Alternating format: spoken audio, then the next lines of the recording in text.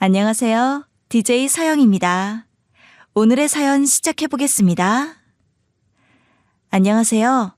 서울에 살고 있는 30대 중반 여자입니다. 저는 제 인생이 크게 변하는 순간을 맞이했어요. 엄마가 암으로 돌아가셨거든요. 참 막막하더라고요. 억울하고 서럽고 끝없는 어둠이 계속되는 것 같았죠. 그래도 전 엄마 생각하며 나아갈 수밖에 없었어요. 이런 제 삶에 브레이크를 건 인물이 있었죠. 바로 시어머니인데요. 시어머니는 엄마가 돌아가시자마자 황당한 요구를 하더군요. 그 모습이 얼마나 뻔뻔하고 태어나시던지 말로 다 설명할 수 없네요. 저는 저만의 방법으로 시어머니를 떼어냈어요. 지금부터 서럽고 황당했던 제 사연을 여러분에게 들려드리려고 해요. 저는 화목한 가정의 막내딸로 태어났어요. 위로는 8살 터울의 오빠가 있었죠. 나이차가 적게 나는 형제들은 동생이 태어나면 첫째들이 부모님의 사랑을 뺏기는 것 같아 서운해하는 경우가 있다고 하던데 저희 남매는 나이 차이가 나서 그런가?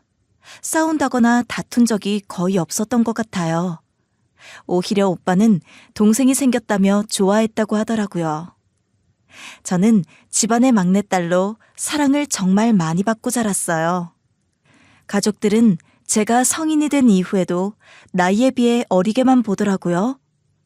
그땐 그게 억울했는데 지금 생각해보면 전부 애정어린 시선이 녹아 있었죠. 행복했던 유년 시절을 보내고 대학을 졸업한 저는 가족들의 응원을 받으며 화장품을 만드는 중소기업에 취직했어요. 호기롭게 사회에 첫 발을 내디뎠지만 쉽지 않았어요. 처음 하는 사회생활은 녹록치 않았죠. 그래도 시간이 약이더라고요. 신입 시절엔 하루가 그렇게 길었는데 연차가 꽤 차니 시간이 빠르게 흐르는 기분이더라고요. 그제야 일을 즐길 수 있었던 것 같아요. 무엇을 해야 할지 알고 나니 일이 쉬워지더군요. 애정을 가지고 열심히 일했죠. 그렇게 열심히 달리다 보니 회사는 어느새 규모가 커져 업계에서 알아주는 회사가 되어 있더군요. 시작할 땐 작은 회사였는데 눈 깜짝할 사이에 규모가 커진 모습을 보니 뿌듯하기도 하면서 힘들었던 감정이 스치듯 지나가더군요. 임대리 지난주에 휴가였지? 우리 팀 새로운 직원이랑 인사 못했겠네? 이쪽은 우리 연구개발팀 대리로 들어온 김정호 대리. 인사해요. 이쪽은 마케팅부 임진영 대리. 말씀 많이 들었습니다. 마케팅부 에이스시라고 소문이 자자하시던데요. 잘 부탁드립니다. 임진영 대리님. 안녕하세요, 김 대리님. 근데 제가 에이스요? 그런 소리는 어디서 들으셨어요? 과찬이세요. 진짜 에이스가 되기 위해 더 열심히 해야겠는데요. 저도 잘 부탁드립니다. 회사가 커지며 직원을 많이 채용하게 됐어요. 이 시기에 남편이 제가 다니던 회사로 이직하게 되면서 남편을 만나게 되었죠. 남편은 집안의 장남이었는데 책임감도 강하고 성실한 사람이었죠. 그리고 무엇보다 남편은 제가 본 사람 중에 가장 예의 바른 사람이었어요. 그 모습에 호감이 생겼던 것 같아요. 다른 직원 사이에서도 남편은 좋은 평가를 얻었죠. 저는 남편에게 먼저 당당히 고백했어요. 남편은 고민하지도 않고 제 고백을 받더군요. 사실 남편도 저에게 호감이 있었다고 하더라고요. 그렇게 저희는 사내 커플이 되었죠. 그렇게 남편을 만나고 있던 중에 이런 생각이 문득 들더군요. 결혼한다면 이 사람과 했으면 좋겠다고 말이죠. 당시 저희 부모님은 걱정이 많으셨어요. 제가 아직도 어린아이처럼 보이는 건지 남편을 만나는데 걱정을 하시더라고요. 제가 장난식으로 남편에게 이런 말을 하자 남편이 부모님을 찾아뵙자고 하더군요. 사실 좀 놀랐어요. 남편이 선뜻 부모님을 뵙자고 할지 몰랐거든요. 아니나 다를까 부모님은 남편을 보자마자 너무 좋아하시더라고요. 한 번 만났는데 부모님은 남편의 다정함과 예의 바름, 그리고 겸손한 모습에 마음이 놓이신 것 같더라고요. 이번 주에 정오 시간 되니? 네 오빠 집에 온다는데 다 같이 저녁 먹으면 좋을 것 같아서. 너무 부담스럽다고 하면 어쩔 수 없고. 엄마, 요즘 나보다 정호 씨 이야기를 더 많이 하는 것 같다. 엄마 눈에 그렇게 괜찮은 사람이야? 당연하지. 네 아빠가 보는 눈이 좀 있잖아. 네가 정호 씨 딱 데려오자마자 사람 참 괜찮다고 하시더라. 네 새언니도 처음 보자마자 사람 좋다고 하셨거든. 새언니 처음 보셨을 때도 그러셨다고? 그럼 신뢰가 생기는데? 나는 우리 딸이 그 사람이랑 결혼까지 했으면 좋겠어. 엄마는 무슨 한 번 인사드렸다고 결혼까지 이야기해. 오빠가 늦게 결혼을 했거든요. 오빠는 30 후반에도 결혼에 별 관심 없는 듯 하더니 어느 날 좋은 사람을 만났다고 결혼을 하고 싶다고 하더라고요. 저희 부모님은 두 손을 들고 환영하셨죠. 저도 대찬성이었고요. 새언니가 정말 좋은 사람이었거든요. 그래서 절 볼 때마다 부모님이 은근 결혼을 했으면 좋겠다고 눈치를 주셨어요. 아무래도 제가 늦둥이라 주위 친구들에 비하면 부모님 연세가 있으셨거든요. 저도 30을 넘겼고 만나는 사람도 있으니 슬슬 결혼을 생각하고 있었어요. 남편을 만나다 보니 결혼을 해도 나쁘지 않을 것 같다는 생각이 들더라고요. 제 생각을 남편이 읽기라도 한 건지 남편은 조심스럽게 청혼을 해왔습니다. 저는 망설임 없이 남편의 청혼을 받았어요. 그렇게 저희 둘은 결혼을 약속했죠. 저는 상견례전 시댁에 인사드리기 위해 남편과 함께 시댁으로 향했어요. 시아버지와 시어머니를 처음 본 순간 두 분 다 인상이 좋아 마음이 놓이더군요. 특히 시아버지는 점잖고 말수가 적으나 절 잘 챙겨주셨어요. 시어머니도 반찬을 제 앞에 놓아주며 따뜻하게 웃어주셨죠. 밥을 다 먹고 가족이 둘러앉아 차를 마시는데 시어머니가 형제 관계를 물어보시더라고요.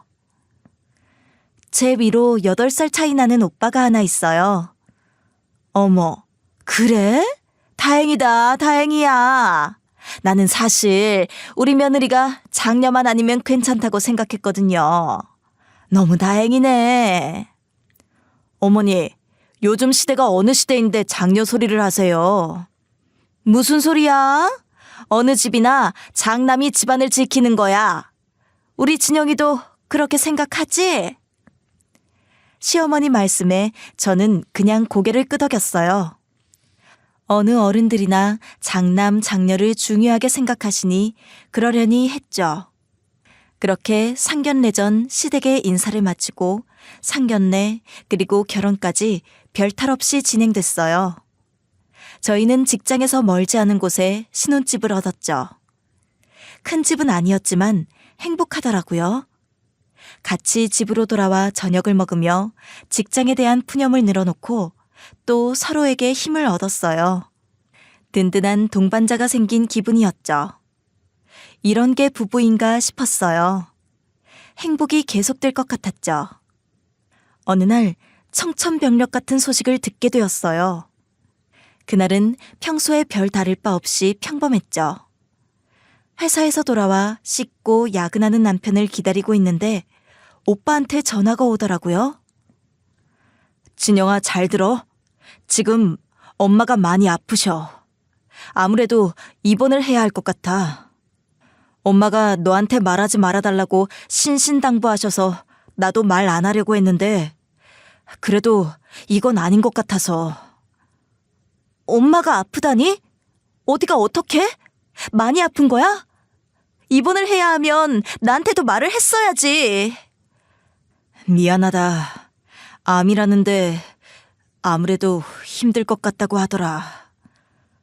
그게 무슨 소리야? 우리 엄마가 암이라는 거야, 지금? 오빠가 잘못한 거 아니야? 믿을 수 없는 현실에 부정했죠. 엄마가 암에 걸리다니 믿을 수 없었거든요. 저는 전화를 끊자마자 엄마에게 달려갔어요. 제가 울면서 집으로 들어오니 엄마도 눈물을 보이시더군요. 저희 모녀는 서로 한참을 울었어요. 억울한 마음까지 들었어요.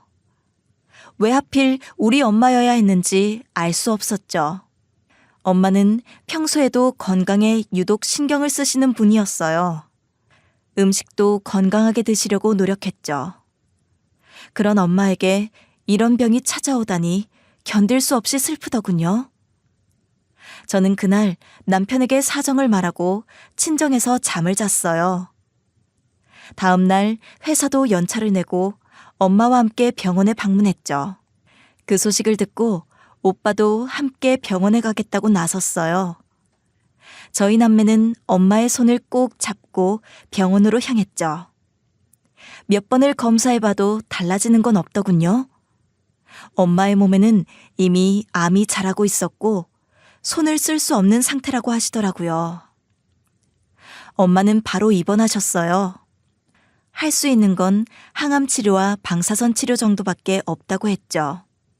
암이 다른 장기로 전이되어 수술도 의미 없었어요.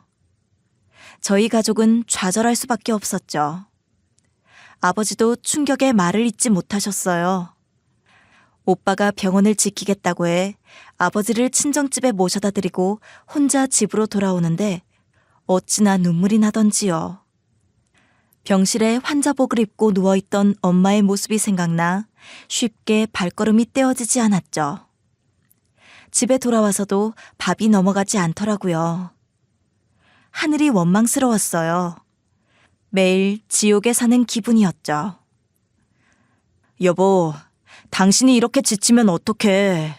장모님이 얼마나 마음 아프시겠어. 장모님을 위해서라도 당신이 힘내야지. 포기하지 말자, 응? 나 어떻게 이럴 수 있어? 난 상상도 못했어. 엄마가 내 옆에 없는 거.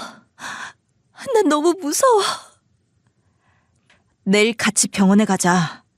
괜찮아. 괜찮을 거야. 장모님 이겨내실 거야. 그러니까 벌써부터 이렇게 좌절하지 마. 남편은 무너지는 저를 일으켜 세우려 노력했어요. 남편의 말을 들으니 욕심이 생기더라고요. 할 수 있는 데까지 해보고 싶었어요. 안 된다면 조금이라도 우리 가족 곁에 머물렀으면 싶었죠. 욕심인 걸 알지만 포기할 수 없었어요. 저는 그날부터 퇴근 후 매일 엄마에게 향했어요. 볼 때마다 엄마의 얼굴은 수척해지셨어요. 엄마가 아프고 제 일상은 크게 변했어요. 좋아하던 운동을 끊고 엄마에게 매달렸죠. 그건 오빠와 아버지도 마찬가지였어요. 일상이 바뀌었죠. 그래도 시간은 가더군요. 시아버지와 시어머니도 엄마 소식을 듣고 병원에 다녀가셨죠. 신혼임에도 정신이 없어서 시댁을 까맣게 잊고 있었어요. 남편은 그런 제 손을 잡고 아무 생각하지 말라고 저를 위로해 주더군요. 엄마의 머리카락이 눈에 띄게 빠지고 저희 가족은 매일 눈물을 흘렸던 것 같아요. 그 모진 치료를 견디고 예후가 좋아 엄마는 집으로 돌아오셨죠. 그 후로 외래 치료를 받으셨어요. 그땐 언제나 가족이 함께 갔죠. 그렇게 눈에 띄게 호전이 되나 싶더니 엄마는 다시 몸이 급격하게 안 좋아지셨어요. 입원과 퇴원을 반복할 수밖에 없었죠. 아버지에게 엄마가 다시 입원했다는 소식을 듣고 회사에 양해를 구하고 병원으로 온 날 엄마는 저의 손을 붙잡고 말씀하시더라고요. 엄만 우리 딸한테 짐 되기 싫어. 네가 맨날 이렇게 엄마 옆에서 울고 있으면 엄마 마음이 너무 아파. 그러니까 가서 네 일 열심히 해. 엄마도 잘 견디고 있을 테니까. 엄마, 나 이제 안 울어. 엄마 괜찮아질 건데 내가 왜 울어? 그러니까 푹 쉬어, 응? 며칠 동안 아파서 잠도 못 잤다며. 오늘 여기서 잘 생각하지 말고 빨리 집 가서 침대에서 편하게 자. 내일 또 출근해야 하잖아.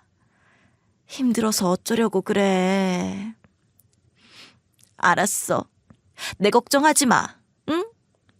내가 누구 딸이야. 이 정도는 아무것도 아니야. 사실 당장 회사를 그만두고 엄마 옆에 있고 싶었어요.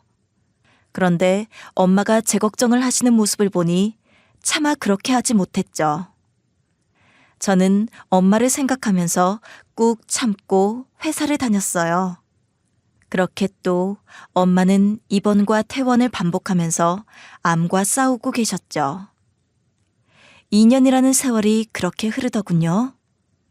저는 그전보다 강해져 단단하게 엄마를 지킬 수 있게 되었죠. 툭 하면 흐르던 눈물도 이제는 흐르지 않더라고요. 더도 말고 그렇게만 지낼 수 있었으면 좋았을 텐데. 엄마의 병세가 심하게 악화되었어요. 저는 일을 그만두고 엄마 곁에 머물기로 마음먹었어요. 엄마는 심하게 반대하셨어요. 저는 끝까지 고집을 피웠죠. 새언니까지 절 찾아와 가족이 돌아가면서 함께 엄마를 지키자고 하더라고요. 저는 새언니에게까지 그런 짐을 지우고 싶지 않았어요. 오빠도 저를 말렸지만 저는 이미 마음을 굳게 먹은 상태였죠. 다른 방법을 찾아보자. 어떻게 너만 이렇게 고생을 시켜, 어? 나도 회사에 잘 말해서 휴가 낼 수 있으니까 우선 내가 엄마 옆에 있을게. 우리 다시 천천히 다시 생각해보자. 오빠, 이제 진짜 시간이 없어. 내가 엄마 옆에 있게 해줘. 걱정하지 마. 남편도 내 의견 따르겠다고 했으니까.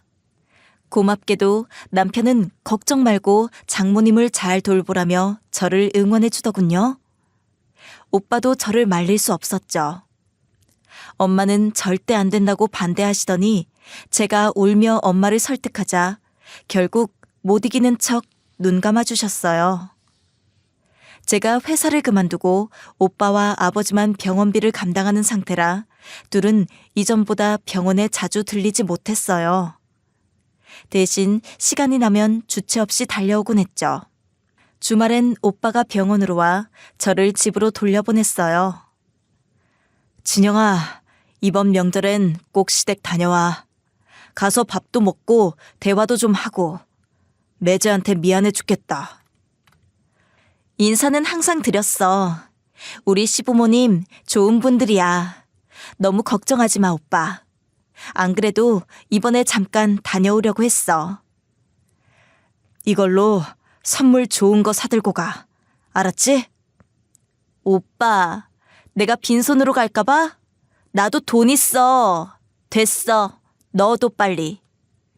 아니야. 내가 주고 싶어서 그래. 자, 꼭 선물 좋은 거 사. 생각해보니 엄마가 아프신 후 명절을 정신없이 보냈더라고요. 회사를 다니고 있으니 명절이면 엄마 곁에 머물기에 급급했죠.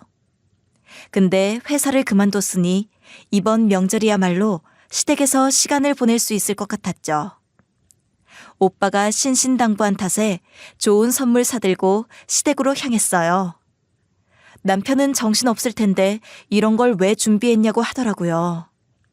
오빠가 꼭 좋은 선물 사들고 가라면서 돈까지 쥐어주더라. 당신한테 너무 미안하다고. 형님도 참, 내가 뭘 한 게 있어. 형님이랑 당신이 힘들지. 내가 어머니한테 잘 말해뒀으니까 우리 얼굴만 잠깐 비추고 병원으로 가자. 왜 그랬어? 어머님 서운하시겠다. 오늘은 밥 먹고 오자. 남편의 배려가 얼마나 고마웠는지요. 다시 한번 이 사람과 결혼 잘했다 싶더라고요. 시댁에 도착해서 시부모님께 인사를 드리고 선물을 건네니 시아버지는 뭘 이런 걸 사왔냐고 하시더라고요. 근데 시어머니의 표정은 달랐어요. 왔니? 일찍 올 줄 알았는데 좀 늦었네? 얼른 둘 다 앉아. 내가 아침부터 고생고생하면서 한 밥 먹어라. 어머니 힘드셨어요? 어깨 좀 주물러 드릴까요? 늦어서 죄송해요. 차가 많이 막히더라고요. 차가 막혀서 늦게 온 거니? 아니면 병원 들렸다가 늦게 온 거니? 시어머니는 눈을 가늘게 뜬 채 절 힐끔거리며 들으라는 듯 말씀하시더라고요. 저는 시어머니 앞에서 애써 웃어야 했죠. 그래도 명절이라고 아침부터 기다리셨을 텐데 서운하실 수 있다고 생각했어요. 그렇게 식사를 하고 남편과 함께 뒷정리를 도와드리고 나오려는 찰나 시어머니가 저를 부르시더라고요. 방으로 들어가신 시아버지의 눈치를 쓱 살피더니 말씀하셨어요. 사부인은 좀 괜찮으시니? 네, 요즘 많이 힘들어 하시는데 강한 분이니 잘 견뎌내실 거예요. 걱정해 주셔서 감사해요, 어머님. 근데 아가, 네가 사부인 병원에 있다며? 그게 사실이니? 그럼 우리 아들 밥은 누가 차려? 어머니 왜 그러세요? 저 결혼 전에도 제가 잘 차려 먹었잖아요. 어머니도 아시면서. 넌 조용히 해라. 나 지금 며느리랑 대화하고 있잖아. 얘 아가, 너희 집 장남은 뭐하고 네가 병원에 있니? 사돈 총각도 입원한 거니? 시어머니는 누가 봐도 비꼬는 말투로 나무라시더군요. 저는 시어머니에게 바로 할 말했어요. 어머님, 그게 무슨 소리세요? 저희 친정오빠가 왜 입원을 해요? 상식적으로 말이 안 되잖아. 네가 왜 병원에 가서 수발을 든다는 거야? 그 집 며느리가 없어? 장남이랑 며느리가 떡하니 있는데 네가 왜 병간호를 하냐는 말이야. 어머니, 저희 친정오빠도 최선을 다하고 있어요. 그리고 새언니가 왜 병간호를 해요? 딸인 제가 옆에 있는 게 맞는 거죠. 저는 어머님 말씀이 이해가 안 되는데요. 그렇다고 결혼을 해놓고 시댁이 뒷전인 게 말이 되니? 네가 병간호를 할 게 아니라 그 집 며느리가 해야 할 거 아니야. 아니, 그리고 그 집 며느리는 교육을 어떻게 했길래 시어머니 병간호를 안 해? 어머님 그만하세요. 제가 선택한 일이에요. 딸인 제가 옆에 있는 게 맞아요. 그래요, 엄마. 그만하세요. 내가 설명 다 드렸는데 왜 이 사람 힘들게 하세요? 아니, 내가 기가 막혀서 그렇지. 주위를 돌아봐라. 시어머니 아프면 당연히 며느리가 병간호를 하는 거지. 어머님, 저 먼저 들어가 보겠습니다. 그럼 안녕히 계세요. 어머, 얘 말하는 것 좀 봐. 시어머니가 말하는데 어딜 간다는 거야? 어휴, 내가 며느리를 들인 건지 상전을 들인 건지. 얘 아들, 넌 어디 가? 저도 가볼게요. 오늘 엄마가 말이 너무 심하셨어요. 나중에 연락드릴게요. 저는 남편과 결국 시댁을 나왔어요. 남편은 저에게 미안하다며 사과를 하더군요. 그런 남편을 보니 더 이상 화를 낼 수 없었어요. 하지만 시어머니의 울분은 계속 남아 있었어요. 친정엄마가 아픈 거 뻔히 아시면서 아무렇지 않게 말씀하시는 시어머니께 화가 났죠. 오랜만에 왔는데 당신은 더 있다 와. 난 택시 타고 바로 병원 가면 되니까. 아니야, 힘든데 차 타고 가. 명절인데 나도 장모님 장인어른 얼굴 뵈야지. 같이 가자. 그렇게 저희 부부는 엄마를 보기 위해 병원으로 향했어요. 병원으로 가는 내내 마음이 무거웠죠. 그런 제 얼굴을 보고 제 등을 두드리시며 넌지시 물으시더라고요. 시댁에서 무슨 일 있었어? 표정이 안 좋아 보여서. 힘들면 바로 집으로 가지 왜 병원으로 왔어? 아무 일도 없었어요. 시부모님도 엄마 많이 걱정해 주시더라고요. 그리고 새언니도 친정 가야죠. 오빠는 준비 다 했대요? 안 그래도 보내려고 했어. 아니, 내가 있는데 너까지 여기 뭐하러 왔어? 명절은 좀 쉬지. 엄마랑 떨어져 있으니까 더 힘들더라고요. 아버지는 식사하셨어요? 안 하셨으면 얼른 맛있는 거 드시고 오세요. 힘든 시간이었지만 가족이 있었기에 견딜 수 있었던 것 같아요. 저희 가족은 똘똘 뭉쳐 엄마를 지켰죠. 엄마가 명절이 지나고 퇴원을 하겠다고 고집을 부리셔서 결국 퇴원 후 집에 머물렀어요. 병원을 오가며 치료를 반복하는 도중 엄마는 결국 눈을 감으셨습니다. 투병 3년째가 되던 해였죠. 누구보다 엄마와 마지막 시간을 많이 보냈던 탓인지 쉽게 납득할 수 없더군요. 당장이라도 엄마를 부르면 대답을 할 것 같았죠. 그래도 후회는 없었어요. 저는 지금도 일을 그만두고 엄마와 보낸 시간을 후회하지 않아요. 그 시간들 덕분에 엄마를 보낼 수 있었거든요. 저는 엄마가 떠난 후에도 씩씩하게 살겠다고 엄마와 약속했거든요. 견딜 수 없을 정도로 슬픔이 차오를 땐 엄마와 한 약속을 되뇌었어요. 그랬더니 거짓말처럼 오히려 밝게 장례식을 지킬 수 있었죠. 전 아버지와 오빠를 챙기며 장례식을 잘 마무리할 수 있었어요. 장례식의 마지막 날 시부모님이 찾아오셨죠. 시아버지는 저희 아버지 손을 꼭 잡고 진심으로 위로를 건네셨어요. 그런데 시어머니는 아버지에게 인사를 마친 후 저에게 슬쩍 눈짓을 하시더라고요. 그러더니 대뜸 저에게 쪽지를 내미셨어요. 얼마나 표정이 기묘하던지 마치 이날만을 기다렸다는 듯 기세등등 하시더라고요. 그동안 나는 며느리 없이 살았다. 주변에도 내가 며느리가 있는지 모르더라. 너도 이제 그만 시댁 잘 챙겨야 하지 않겠니? 그동안 우리가 배려해 준 게 얼만데. 이게 뭐예요, 어머님? 다 알면서 왜 물어봐? 명절 때 준비해야 할 음식이잖아. 이제 너도 며느리 도리를 다 해야지. 결혼해서 3년간 네가 한 게 없잖아. 명절 음식 잘 봐놔. 네가 다 준비해야 할 음식들이야. 앞으로 잘 준비해봐. 시어머니의 말에 당황할 수밖에 없었어요. 더군다나 아직 상을 치르고 있는데 이 쪽지를 준비해온 시어머니의 행동에 말문이 막히더군요. 시어머니는 본인 할 말만 남기고 떠나셨어요. 그런데 등 뒤에서 시아버지의 목소리가 들리더군요. 뒤를 돌아보니 시아버지와 아버지가 나란히 서서 절 보고 계셨어요. 아가, 네 시어머니가 무슨 말 했어? 너무 신경 쓰지 마라. 저 사람도 저러다 말 거다.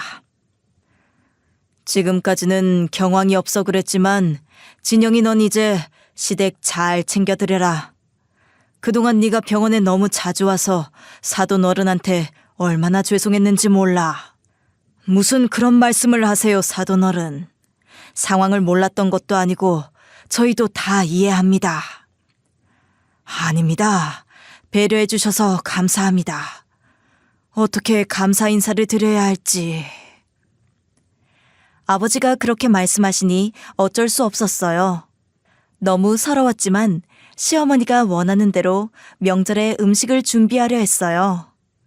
그런데 문제는 엄마의 장례식이 끝난 후 시작됐죠. 저는 마음을 다 추스르지 못한 상태였어요.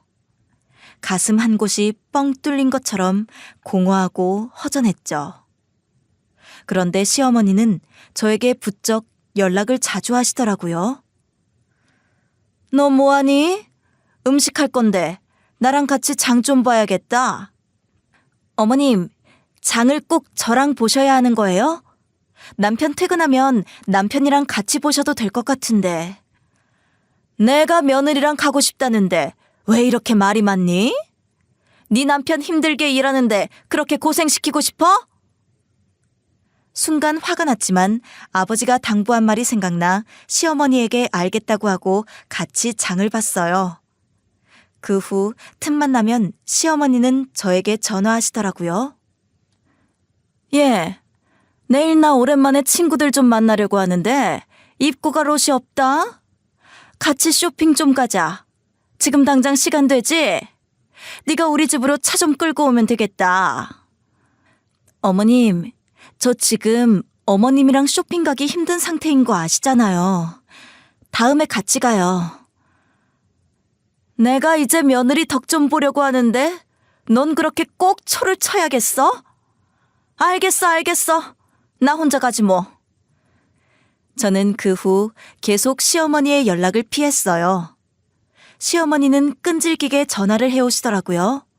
저는 남편에게 대신 연락을 받아보라고 한다거나 남편을 시댁에 보내는 식으로 시어머니의 연락을 피했죠. 다른 건 몰라도 엄마가 돌아가신 지 며칠 되지도 않았는데 아무렇지 않게 저한테 연락을 해오신다는 건 참을 수 없었죠. 또 어머니가 전화하셨어? 이번엔 뭐라고 하셔? 같이 장 보거나 쇼핑하자고 하시더라. 당신도 알지? 나 지금 힘든 거. 내가 어머님 전화 안 받는 거 이해 좀 해줘. 그럼 당신 마음 다 알지. 내가 어머님한테 잘 말씀드린다고 드렸는데 왜 자꾸 그러시냐. 당신 지금 힘든 거 잘 알아. 다음에 어머니한테 전화 오면 나 바꿔줘. 알았어. 고마워. 이해해줘서. 아니야. 내가 당신 옆에서 다 지켜봤잖아. 당신이 얼마나 힘들었을지. 그러니까 너무 마음 쓰지 마. 어머니가 계속 연락하시면 내가 나갈게. 그렇게 또 시간이 지나고 시어머니가 또 연락을 해오셨어요. 장을 볼 일이 있으니 오늘은 꼭 나오라고 통보를 하시더라고요. 저는 남편과 함께 나갔어요. 시어머니는 곁눈질하며 한숨을 쉬더군요. 아들, 넌 바쁜데 뭐하러 왔어? 나랑 진영이랑 장 보면 되는데? 아들이 오지 그럼 누가 와요? 어머니, 뭐 사면 돼요? 종이에 적어 오셨어요? 그럼 내가 적어왔지. 아이고, 우리 아들이랑 같이 나오니까 좋네. 결혼 전엔 장 보는 거 잘 도와주더니. 남편이 시어머니가 적어온 쪽지를 확인하는 사이 시어머니가 제 옆에 딱 붙어서 태평하게 말씀하시더라고요. 이렇게 같이 나오면 얼마나 좋아? 너희 좀 가까운 곳에 살면 안 되겠니? 얼굴 자주 보고 좋잖아. 시어머니의 말에 얼굴이 확 굳어지더군요. 시어머니는 제가 얼굴을 굳히자 입을 꾹 다물더라고요. 남편이 쪽지에 적힌 굴소스를 들고 제 옆으로 오자 갑자기 환하게 웃으면서 남편에게 말하더군요. 아이고, 우리 새아가 어쩜 이렇게 키도 크고 이쁘니? 살이 많이 빠졌네. 뭐, 먹고 싶은 건 없어? 네, 괜찮아요. 신경 써주셔서 감사해요. 시어머니는 천연덕스럽게 남편 앞에서 연기하더군요. 저와 둘이 있을 땐 눈빛부터 바뀌었죠. 아가, 너 요리는 좀 할 줄 아니? 아니다. 네가 요리할 시간이나 있었겠니? 앞으로 내가 잘 알려줄게. 걱정 마라. 시어머니는 은근 저를 저격하며 눈치를 주셨어요. 저는 장을 보는 내내 불편한 표정을 감출 수 없었죠. 그래도 시댁을 챙기겠다고 마음먹었으니 이 정도는 애써 웃어넘기려 했어요. 그런데 시어머니의 만행은 끝나지 않았죠. 그 사건이 일어나기 전까지요. 아버지, 저 왔어요. 뭐 하고 계셨어요? 엄마 사진 보고 계셨어요? 아, 왔어. 정리하면서 잠깐 살펴보고 있었지 뭐. 앉아라. 앨범을 다 가지고 계셨네요. 저랑 오빠는 하도 오래전에 봐서 기억이 안 나는데. 아버지, 저 여기서 엄마 사진 가져가도 되죠? 그럼. 여기 사진 많으니까 네가 가져가고 싶은 거 다 가져가라. 어느 날 아버지에게 전화가 왔어요. 잠시 집에 들를 수 있냐고 하시더라고요. 저는 한달음에 친정으로 향했죠. 친정에 도착하니 아버지가 옛날 앨범을 살펴보고 계시더군요. 저는 아버지 앞에 앉아 앨범을 봤어요. 저희 가족의 사진이 빼곡하더라고요. 걱정했던 것과 다르게 우리 가족은 천천히 슬픔에서 빠져나오는 듯했어요. 평소에 엄마가 긍정적이고 밝은 사람이라 우리도 마냥 슬픔에 잠겨 있으면 안 된다고 생각했거든요. 그래서 저도 아무렇지 않게 오빠와 아버지를 대한 것 같아요. 괜찮은 척했지만 가족들이 엄마를 그리워하고 있다는 걸 서로 말하지 않아도 눈빛만 보고 알았죠. 진영이 너 여기에 시댁 주소 좀 적어줘라. 잘 적어야 한다. 잘못 가면 안 돼. 시댁 주소요? 갑자기 시댁 주소는 어디에 쓰려고 하세요? 내가 선물을 좀 보내려고 한다. 좋아하셔야 할 텐데. 선물이요? 어떤 선물이요? 아버지, 너무 걱정 마세요. 제가 시댁에 잘하고 있어요. 저번에 어머니랑 장도 보고 시댁에 가서 음식도 하고 그랬어요. 아버지가 말씀하신 대로 저 시댁 잘 챙기고 있어요. 그러니까 아버지까지 선물하실 필요 없어요. 그래도 내가 꼭 드리고 싶은 게 있어서 그러니 주소 좀 적어줘. 좋아하셨으면 좋겠다. 저는 어쩔 수 없이 시댁 주소를 적어드렸어요. 한동안 말 수도 없고 식사도 거르는 것 같아 걱정했는데 이렇게라도 말을 하시니 다행이다 싶었죠. 그 와중에도 딸을 챙기는 모습을 보니 한없이 고마운 마음뿐이었어요. 그날은 아버지와 저녁을 먹고 집으로 돌아왔어요. 그 후 오빠와 시간을 맞춰 아버지에게 자주 연락을 드리고 또 시간 날 때마다 찾아뵀어요. 아버지의 건강이 걱정되더라고요. 아버지는 저와 연락할 때마다 뭔가 묻고 싶은 눈치였는데 끝내 말을 안 하시더군요. 아마 시댁에 보낸 선물이 궁금하셨던 모양이에요. 저는 다시 취직을 하기 위해 준비 중이라 한참 바쁘게 하루하루를 보내고 있었거든요. 이쯤 되니 저도 선물의 소식이 궁금해지더라고요. 시댁에선 여전히 연락이 없었죠. 혹시 어머니한테 연락 못 받았어? 사실 아버지가 며칠 전에 시댁에 선물을 보냈다고 했는데 아직 안 도착한 건가 싶어서. 벌써 도착하고 남을 시간인데. 선물? 장인어른이 선물을 보내셨어? 이상하다. 어머니 아버지한테 선물을 받았다는 소리는 못 들었는데. 아버지가 분명 선물 보내신다고 했는데. 저와 남편은 의문을 가지고 시댁으로 향했어요. 어차피 주말이었으니 시부모님을 모시고 외식을 할 생각이었죠. 시부모님이 살고 계신 아파트 주차장에 도착해 차를 대고 집으로 올라가려는데 802호 아들이죠? 이런 걸 왜 버립니까? 아저씨. 네, 저 802호 아들 맞아요. 이게 뭐예요? 아니, 802호는 이걸 버려요? 귀한 것 같은데. 이렇게 분리수거장에 던져놔도 되나 싶어서 내가 따로 챙겨놨어요. 경비 아저씨가 남편을 부르시더라고요. 경비 아저씨는 미간을 팍 찌푸리시며 저희 쪽으로 상자를 건네더군요. 상자 안엔 나무를 잘 깎아 만든 조각품이 있었어요. 이게 뭔가 싶어 남편과 둘 다 한참 상자와 조각품을 바라보았죠. 근데 나무 조각품이 들어있는 상자에 익숙한 이름이 보였어요. 바로 저희 아버지 성함이 적혀 있더군요. 남편의 얼굴이 한순간에 굳어지더군요. 저도 한참 조각품을 바라보았죠. 저희는 거의 동시에 상자를 들고 시댁으로 달려 올라갔어요. 어머니, 이게 뭐예요? 이거 설마 버리신 거예요? 아니죠. 실수로 착각하신 거죠? 우리 아들 왔어. 왜 들어오자마자 소리를 질러? 우선 앉아라. 어머니, 말씀해 주세요. 이게 왜 분리수거함에 있어요? 이거 장인어른이 해주신 거예요. 이런 실수를 하시면 어떡해요? 남편은 상자를 들고 버럭 소리를 질렀어요. 저는 상자를 빤히 바라볼 수밖에 없었어요. 아버지가 준비한 선물이 아무렇게나 버려졌다는 생각을 하니 화가 나더군요. 시어머니는 저희가 들고 있는 상자를 보고도 얼굴 표정 하나 변하지 않으시더라고요. 오히려 저희를 휙 째려보시더니 당당하게 말씀하시더군요.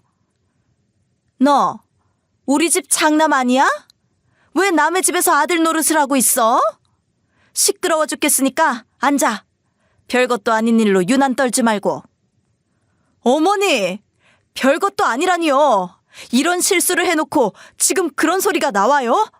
이거 보시라고요. 아, 됐다. 다시 볼 것도 없어. 그게 뭐라고 다시 주워와? 어머니, 그러지 말고 다시 확인해 보세요. 이거 어머니가 버린 거 아니죠?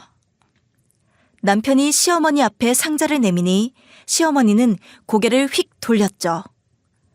이게 다 며느리를 잘못 들인 탓이다. 네가 우리 집 사람이 돼서 행동을 똑바로 했으면 네 남편도 이러지 않았을 거야. 어머니, 저는 제가 뭘 잘못했는지 모르겠어요. 이거 정말 어머니가 버리신 거 맞아요? 대답해 주세요. 뭐? 잘못한 걸 모르겠다고? 아이고, 봐봐, 이 꼴을 봐라. 내가 며느리를 잘못 얻었지. 내가 못 살아 진짜. 어머니, 지금 왜 그런 말을 하세요? 이 사람 상황 다 알면서 왜 그러세요? 네가 이렇게 물러 터졌으니까 내가 고생을 하는 거 아니야. 장남이 장남다워야지. 어떻게 지금도 아내 편을 들어? 정우, 네가 이러고도 우리 집 장남 맞아? 어머니, 장남이 대체 뭔데요? 장남은 어머니 말대로 다 해야 해요? 당연하지. 너 이럴 거면 친정 가서 살아. 우리 집 장남하지 말고 가서 아들 노릇이나 하면서 살든가. 어머니, 자꾸 이러실 거예요? 이거 진짜 어머니가 버리셨어요? 아, 그래, 내가 버렸다. 이딴 걸 어디에 쓴다고 놔둬? 아휴, 속이 터진다 터져. 먹는 것도 아니고 비싼 것도 아니라 그냥 버렸어. 왜? 태평하게 나무 조각이나 보내고 있고. 아이고, 뭘 잘했다고 이런 걸 보내? 시어머니는 남편에게서 나무 조각을 뺏어들어 제 앞에서 막 흔들며 소리치셨어요. 참았던 화가 터졌죠.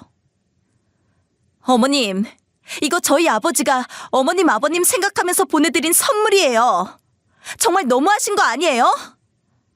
아이고, 말 한 번 잘하네. 너 같으면 이런 걸 선물로 받겠어?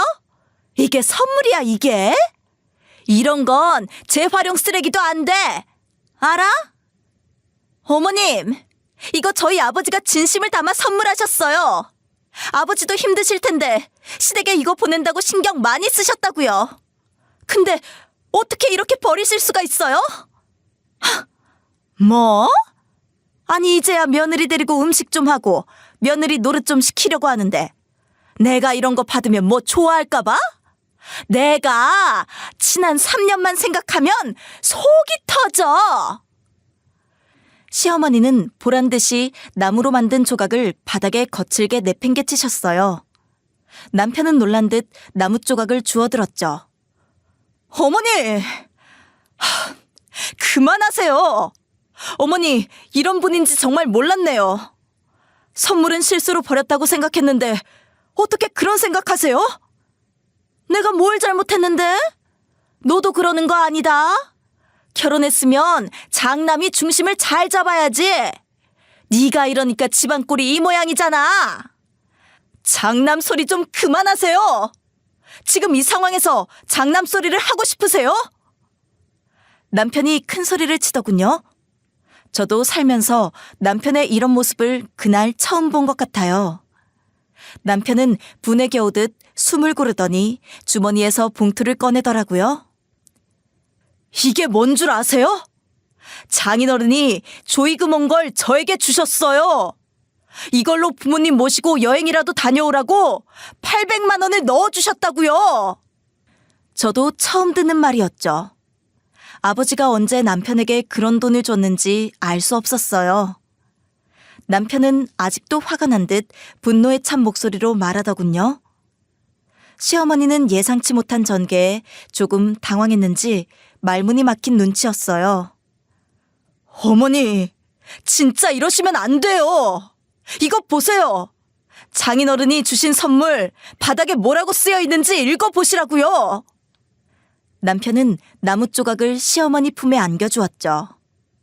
시어머니는 그제야 나무 조각 바닥을 살펴보시더군요.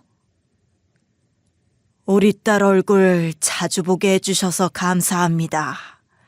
두 분이 배려해 주신 덕분에 아내도 마지막까지 행복했을 겁니다. 편한 마음으로 떠나게 해주셔서 감사합니다. 두 분에게 평생 감사한 마음으로 살겠습니다. 시어머니는 경악스러운 얼굴로 나무 조각에 써져 있는 글자를 읽으셨어요. 아니, 이게 뭐야? 언제 이런 게 여기 있었어? 어머, 여기 왜 이런 게 쓰여 있어? 이제 아셨어요? 장인어른이 어떤 마음으로 선물을 드렸는지? 아니다. 이거 아니야. 난 이거 못 봤어. 이 나무 조각에 이런 게 써져 있는지 내가 어떻게 알았겠어? 소란에 어느새 밖으로 나온 시아버지가 시어머니에게 나무 조각을 빼앗듯 가져가셨죠. 시아버지의 얼굴도 어느새 새파랗게 질린 얼굴로 저희를 바라보고 계시더군요. 시아버지는 평소에 과묵하시고 조용한 성격이라 표현을 잘 못하시는데 그렇게 놀란 얼굴을 한 건 처음 봤어요. 시아버지는 이 상황을 전혀 몰랐던 눈치더라고요. 서둘러 나무 조각이 있는 상자를 살펴보시더니 화가 난 듯 눈썹을 치켜 올리셨어요. 당신! 이게 뭐하는 짓이야! 지금 이게 대체! 아이고, 내가 사돈 어른 얼굴을 이제 어떻게 보나! 내가 진짜 동네 창피의 원! 당신 며느리 앞에서 부끄럽지도 않아? 어? 시어머니는 후회하는 듯 한숨을 푹 내쉬더니 제 눈치를 살피셨어요. 저는 시어머니를 용서할 마음이 없었죠. 아버지가 저 문자를 새기며 얼마나 공을 들였을지 생각하니 가슴이 답답해지는 기분이었어요. 저는 더 이상 자리에 서 있기 힘들어 문 쪽으로 걸음을 옮겼어요. 그랬더니 시어머니가 저의 팔을 붙잡으시더라고요. 내가 미안하다, 아가. 내가 큰 실수를 저질렀어. 나는 정말 이런 줄 몰랐다. 이런 인사를 써놓으신 줄 몰랐어. 응? 미안해. 어머니, 방금 전만 해도 비싼 거 아니고 먹을 거 아니라서 버리셨다고 하셨잖아요. 아휴, 내가 미안하다. 내가 이놈의 입을... 아이고, 내가 미안해. 응? 아가, 내가 미안해. 저는 쉽게 어머님을 용서할 수 없을 것 같아요. 오늘은 이만 가보겠습니다. 예, 진영아, 아가, 내가 미안해. 내가 정말 미안해. 저는 그날 뒤도 안 돌아보고 시댁을 나왔어요. 남편도 저를 따라 시댁에서 나와버렸죠. 집으로 돌아오니 참았던 응어리가 터지더군요. 눈물이 쉴 새 없이 흘렀죠. 남편이 말없이 저를 다독여주더군요. 아버지가 생각나니 마음이 찡하고 뭉클했어요. 이 사실을 알면 아버지가 얼마나 속상하실까 싶었죠. 속이 참 쓰리더군요. 아버지에게 미안함과 동시에 시어머니가 정말 미웠죠. 저는 결국 아버지에게 끝내 사실을 말하지 못했어요. 그냥 조용히 덮어두고 싶었죠. 그 사건이 터진 후 며칠이 지나서 시아버지에게 연락이 왔어요. 아가, 내가 널 볼 면목이 없다. 우린 이 돈을 받을 자격도 없어. 그러니 사돈 어른에게 이 돈 봉투는 돌려드리는 게 맞는 것 같다. 아버님, 그래도 아버지가 주신 선물인데 제가 어떻게 마음대로 받겠어요. 아니야. 우린 그 봉투를 받을 자격이 없다. 그러니 네가 잘 말씀드려서 다시 돈 봉투는 돌려드려라. 그리고 앞으로 모든 명절엔 시댁에 오지 말고 친정으로 가. 정우에게 내가 잘 일러뒀으니 걱정 마라. 우린 어른 대접 받을 자격이 없어. 시아버지는 제가 말을 다시 하기도 전에 서둘러 전화를 끊으셨어요. 몇 분 후 제 계좌로 800만 원이 입금됐죠. 이 사실을 아버지에 알렸더니 아버지는 절대 받지 않겠다며 거절하셨어요. 그 돈은 내가 다시 받을 수가 없어. 사돈 어른이 받지 않으시겠다니 어쩔 수 없다. 나중에 우리 손주를 위해 네가 잘 저금해 두거라. 아버지가 워낙 단호한 말투로 말씀하셔서 저는 그만 꼬리를 내렸죠. 그 돈은 미래의 아이를 위해 쓰기로 했어요. 시아버지는 또 이 사실을 어떻게 아셨는지 저에게 똑같이 800만 원을 보내주셨어요. 남편이 그대로 말을 전한 모양이더라고요. 저는 놀라 시아버지에게 전화를 드렸죠. 사돈 어른이 돈 봉투를 받지 않으시고 손자를 위해 쓰라고 하셨으니 나도 그 돈은 손자를 위해 썼으면 한다. 네가 잘 가지고 있다가 꼭 필요한 데 쓰거라. 아버님, 그래도 이건 너무 큰 돈인데 제가 이걸 어떻게 받아요? 미안할 거 없어. 받아둬라. 미안한 건 우리야. 시아버지는 그렇게 말씀하시고 전화를 끊으셨죠. 저는 시아버지가 주신 돈도 통장에 잘 저금해 둘 수밖에 없었어요. 시간이 지나도 시어머니는 저에게 연락도 못하는 눈치더군요. 시간 날 때마다 저에게 연락하시던 분이 그 사건 이후로 잠잠해지셨죠. 저는 이전에 다녔던 회사보다 규모는 작지만 꼭 한번 다녀보고 싶었던 회사에 입사하게 됐어요. 오랜만에 일을 하려니 걱정이 앞섰지만 이전에 그랬던 것처럼 시간을 믿고 열심히 나아가 보려고요. 시간이 지나면 이 일도 다시 익숙해지겠죠. 그리고 시아버지가 말씀하신 대로 저는 명절에도 시댁에 가지 않고 친정에만 가고 있어요. 명절엔 시아버지에게 안부 인사만 드리는 중이죠. 아버지, 우리 왔어요. 과일 사왔는데 이거 냉장고에 넣어둘까요? 아이고, 우리 딸 왔어? 뭘 이렇게 사왔어? 아니, 김서방은 요즘 바쁘다더니 어떻게 왔어? 장인어른이랑 낚시 가려고 왔죠. 저랑 이따 낚시 가실 거죠? 낚시 가려고? 아버지, 오늘 나랑 쇼핑 가는 거 아니었어요? 아니야. 장인어른 오늘 나랑 낚시 가기로 약속하셨는데? 아버지, 누구랑 갈 거야? 나야, 사위야. 오늘 아버지 옷 사기로 했잖아. 그럼 옷을 사서 낚시하러 가면 되겠다. 그치? 장인어른 낚시할 때 입을 옷도 좀 사자. 얇은 점퍼 하나 사면 좋을 것 같아. 그거 좋은데? 그럼 옷 사고 다 같이 낚시하러 가면 되겠네. 내가 어딜 간다고 해? 너희끼리 데이트나 다녀라. 노인네 고생시키지 말고. 장인어른 저랑 낚시해 주시기로 약속하셨잖아요. 같이 가요, 네? 당신 지금 애교 부리는 거야? 애교는 나도 뒤지지 않아. 나 막내딸이야. 내가 한번 보여줘? 그래, 오랜만에 바람이나 쐬고 오지 뭐. 낚시 장비가 어디 있을 텐데 상태가 괜찮으려나? 아버지, 내가 애교 안 부렸는데 이렇게 넘어가기예요? 아버지는 조금씩 다시 일상을 되찾고 계세요. 요즘은 많이 밝아지셨죠. 저희 남매는 주말마다 순서를 정해 아버지를 찾아뵙고 있어요.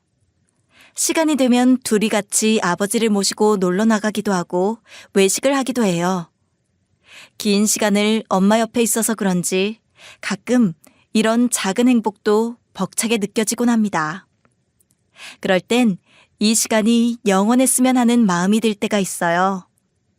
하지만 엄마를 보내고 이 시간이 영원하지 않다는 걸 뼈저리게 느꼈기에 이 순간들을 즐기며 살아보려고 해요. 오빠, 왜 전화했어?